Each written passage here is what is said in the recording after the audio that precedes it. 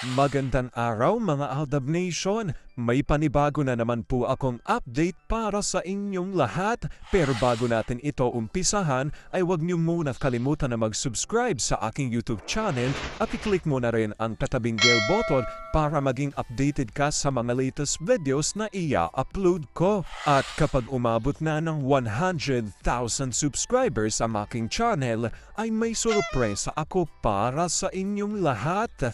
Alam kong excited na kayo, kaya naman ngayon, umpisahan na natin ang ating kwentuhan. Ang pag-uusapan natin ngayong araw na ito kung saan napansin ni Alden na lalong sumisexy si Meng. Bakit kaya? Habang tumatanda raw ay mas nagiging bata at sexy ang aura ni Meng. Ano ang magiging say rito ni Alden?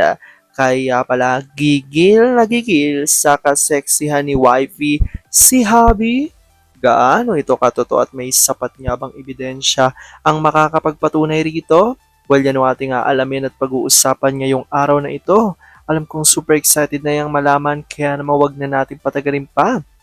Una na nga muna ay galing sa tweet ni Vampire 2019 at ayon sa kanya, sa tingin ko pag mawawala na sa showbiz ang dalawang La Ocean Deep, isa sa maaalala ng mga tao sa kanila ay ang ginawa nila kay Pepsi Cola. Malamang ay makakalimutan ng tao ang pagiging kasapi nila sa sarsuela. Pero tayong forever Aldab, syempre, hindi talaga natin makakalimutan ang pagiging sarsuelistas nila.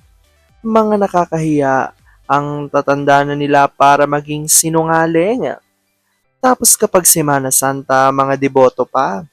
Pwede pala yon kahit sa poon, mga plastic. Hype na hype noon ang Philippine Showbiz Mafia bago ipalabas ang kasal ni Arjokla at Peking Main. Sabi nila, this is it, pansit. Buwag ng kinaiinisan na fandom. Ang TVJ naman ay all out ang pagpupromote. May pa high five pa ang mother wrestler na panay ang kokak. Ang ending, sila ang lalong nalugmok.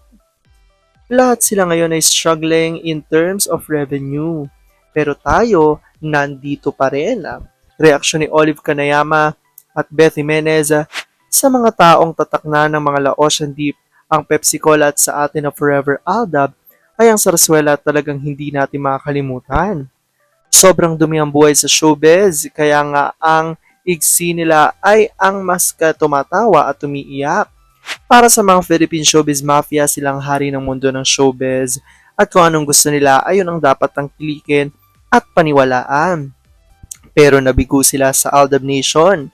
Hindi nila napaniwala at ipipilit ang gusto at ilusyon nila ay binali ng boycott ng mga TBADN. When the truth finally comes out, sino ba ang kahiya-hiya in the end? Kaya ba takot lumabas ang totoo? Alam kong tuwan-tuwa kayo sa ating binasa pero ngayon po ay bibitinin ko muna kayo ng kaunting-kaunti lamang. Oops! Wait lang, saglit lang to. May ipapaalala lang ako para sa mga bago pa lang sa aking channel. Huwag niyong kalimutan na mag-subscribe sa aking YouTube channel at i-click nyo na rin ang notification bell para lagi kayong updated sa mga latest videos na i-upload ko at para maging parte na rin kayo ng aking Fanatics Channel family. Well, alam kong super excited na kayo sa ating kwentuhan, kaya naman dumako na tayo sa ating main topic. Gaano nga ba katotoo na napansin nga raw ni Alden na lalong sumisexy si Meng? Bakit kaya? Habang tumatanda raw ay mas nagiging bata at sexy ang aura ni Meng. Ano ang masasay dito ni Alden? Kaya pala si Alden ay gigil na gigil sa kanyang wifey? Gaano ito katotoo at may sapat nga bang ebidensya makakapagpatunay rito? Well, yan ang ating aalamin at pag-uusapan ngayong araw na ito. Alam kong super excited na kayong malaman yan kaya naman wag na natin patagalin pa. Galing nga ito sa revelasyon na tweet ni My name is Theo01 at ayon sa kanya, Love, kain na. Diet ako pa. Ano? I mean, less carbs muna ako. Kain, kumain ka mag-isa. Ayoko manghina ka. Strong ako, no? Kaya hanggang 2 rounds na lang tayo.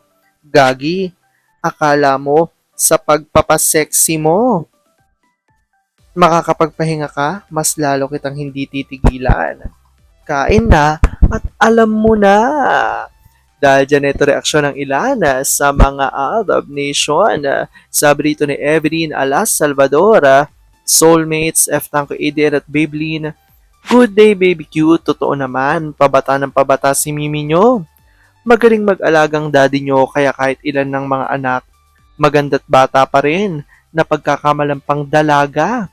Kaya hindi maiwasan na magselos. Iyong iyo lang si wifey mo ha.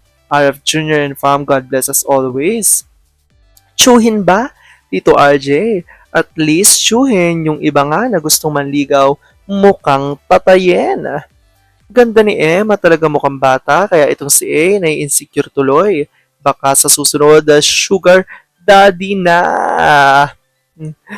At dagdag pa rito ni F. Tanko AD and Pamela Jane Peren na maganda magdala ng damit si M. Very classy at ang sexy. Ang mga legs, wow! Mukhang dalaga pa rin kahit nakaapat na. Itong si A, siloso talaga. True yan, baby cute. Baligtad ang mommy mo. The more madaming anak, the more na bumabata. Abay marunong mag-alagang daddy mo kapag ganyan no. Siya ay ang nagsesentimiento. Tatayin, wag daw pa sexy ang sukot. Magmalong na lang. At dahil dito, eto pandagdag ni My Name is Teo01. Love, wag naman masyadong magpa-sexy ng damit sa labas. OA naman, hindi naman malaswa eh. Nagmumukha tuloy akong tsuhin mo pag naggaganyang ka. Bawasan kasi ang selos para iwas stress. Nakakatanda yun. Mas lalo ka talagang pagkakamalan na walang anak niyan dahil pabata ka ng pabata. Halika nga dito. At sagot dito ni Evelyn Alas Salvador at Olive Kanayama, super ganda na, super sexy pa. Kaya super lulong si Habi sa kanyang wifey. Naku, sobrang demanding ni Mister. Kunyari si wifey pang ayaw-ayaw naman pero bibigay din naman agad. Very much, so much in love with each other. At dahil dyan, dagdag pa rito ni Beth Jimenez at Olive Kanayama, iba ang wifey sa LL, walang paki si A sa mga LL niya. Kahit halos hubad na sa mga sinusuot. Pero sa wifey, istrikto. Lumalabas ang pagiging tatay. Bawal ang sobrang sexy na damit kay wifey. See the difference? Totoo yan, mukhang dalaga pa rin si M. Masaya kasi sa piling ni A, kahit minsan may topak. Galing ni Mister maghanap ng paraan para hindi siya mabaliwala ng wifey niya. Aldab and Aldab Nation stronger together. Alam kong tuwan-tuwa ako kayo sa ating binasa kung saan pansin na nga ng maraming mga netizens at ng maraming mga tao, especially the Aldab fans, na hanggang ngayon na kahit na mas lalo pang dumadagdag ang edad ni Mengay ay tila pabata ito ng pabata at pasexy ng pasexy. At hindi lamang pala ang mga fans na nakakapansin kundi pati ang kanyang di umano'y mister na si Alden.